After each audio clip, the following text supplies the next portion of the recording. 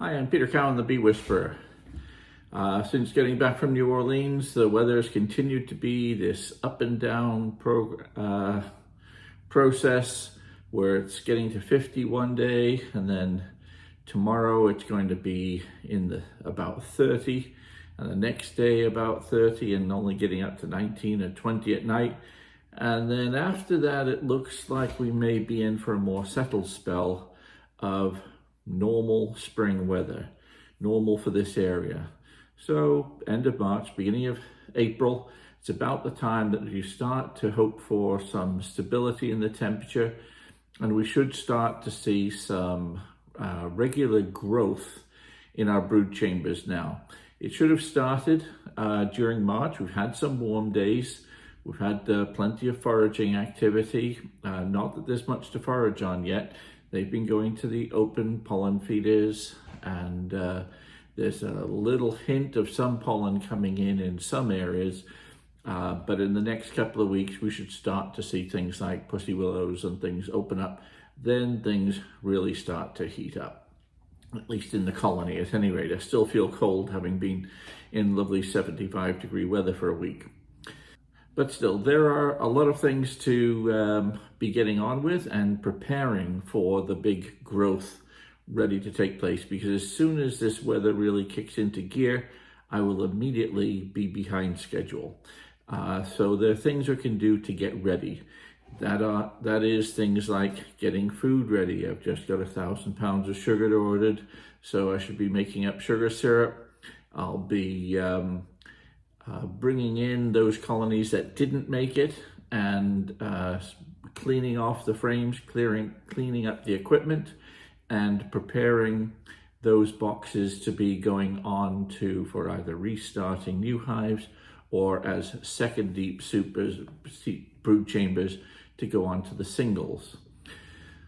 So we will then start as soon as the weather's warming up, and it looks like I should be able to start the end of this week and this coming weekend with things like feeding sugar syrup. That will start boosting morale and the growth of the bees there. They'll feel this food coming in, and brood chambers really start to take off, especially given that they've got plenty of pollen in the form of pollen patties and pollen substitute there, and very shortly after, the real thing coming from the trees.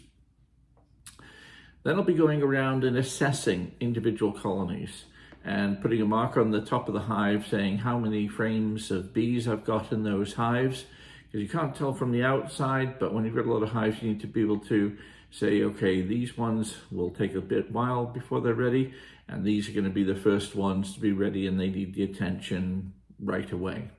And likewise, in my Beekeeping 24/7 program, we've got people with a variety of colonies in different states of growth.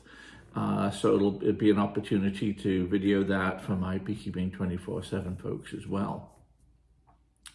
Soon, not immediately, but soon, we'll be looking at the question of reversing brood chambers in the double deeps, putting the empty brood chamber from the bottom up to the top to give them room to grow, or adding a new additional deep super, a second additional deep super above the singles that have made it through the winter strongly. And for that, remember, as you'll have seen from videos from last spring, there's two main requirements for that. Number one, you need a very big cluster, so a cluster that pretty much fills up that deep brood chamber. And then you need an appropriate weather forecast. And here in Maine, I like to see a weather forecast where it looks like it's going to get into the 50s every day and not get much below 40 degrees, 35, 40 degrees at night.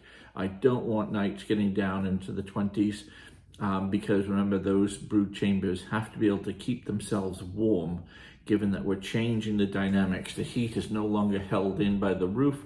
It moves up into that empty brood chamber, and what we don't want to have is to set the colonies back by letting too much heat be lost from that cluster into the empty space above. Big colonies, big clusters can do that with no problem, but the medium-sized clusters, which might be 5 or 6, 7 frames of bees, just aren't quite big enough to heat 2 boxes yet. Given another couple of weeks, they should be fine. But it's going to be a matter of watching those. I'll be able to expand some of my colonies, but not all of them. Of course, this means a lot of work, and I've got a lot of work coming up. So this is when things really start kicking into gear. And of course, this year I don't have Jordan or Cameron helping me. They've moved on to pastures new, as would be expected. And so what I'm doing is I'm going to be recruiting new apprentices this year.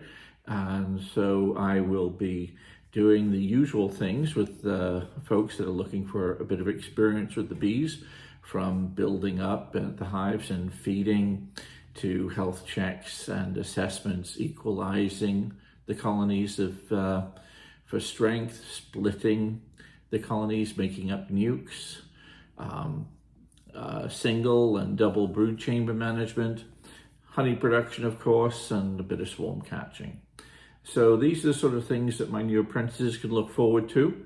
I'm probably going to take on 4 or 5 apprentices to help me keep things going through the week as I look to maintain a good level of health and production in my bees. So if anyone is interested in that sort of experience, and you're living near me here in Hamden, Maine, and are able to get to me for at least 1 morning per week over the next 3 months, that's April, May, and June, possibly July, then I'll be very happy to show you the tricks of the trade. People that are applying to become one of my apprentices need to be able to lift a 40-pound box, of course. You need to be able to work on uneven ground, because it's not exactly flat surfaces all the time we're working with. You also have to be prepared to be videoed, as I'm making Beekeeping with the Bee Whisperer videos and Beekeeping 24/7 videos. So you have to be prepared to appear in some of those. But I don't think it'll be too onerous. But it will be a great opportunity to learn a lot more beekeeping stuff, and of course not be allergic to bee stings. It's an unpaid apprenticeship, but I'll provide you with a full bee suit and gloves for you to keep, a discount on any beekeeping equipment that you want to buy in my store of 20%, and a free nucleus colony as well at the end of that period in June. So if you're interested in becoming a Bee Whisperer's apprentice here in Hamden over the next few months, and are prepared to commit a morning per week every week for the next 3 months or so, get in touch. You can leave me a message here, and I'll give you you can get in touch with me on Facebook or my email, and I will send you a little form so you can tell me what days of the week and things you might be able to help me. And I look forward to working with you. If I get really inundated, I'll just have to sort through those that have got in touch and those that I can accommodate here. I hope I do have more people than I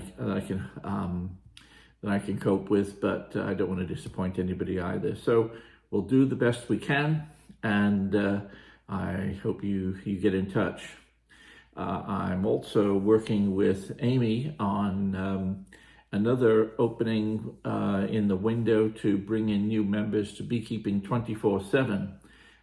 We've been jolted a little bit yesterday when Amy found she got COVID, and so I won't be working with Amy this week. We'll be doing things remotely. Fortunately, she just feels like she's got a really bad cold at the moment, so hopefully she'll be feeling better in a week or so. But in the meantime, we'll be independently working and answering the questions of our mentees and that sort of thing. But Beekeeping 24/7 is going to be open for new members from April 1st to April 6th. That's likely to be the last time we open for new members for some time. So if you're interested, follow my Facebook page, The Bee Whisperer. There'll be links there to get on our waiting list. We're starting a waiting list because we've had quite a lot of people wanting to join us. And so you can get on that waiting list and be able to join us from the 1st to the 6th of April will be our when we're bringing in new members. Anyway, I hope we have that warm spring buildup, as the weather forecast says. You never really know this time of year. It keeps on changing, but we will soon be deep in the bees. And instead of sitting here at the desk making videos, we'll be able to do some real beekeeping stuff. I'm Peter Cowan, the Bee Whisperer. See you next time.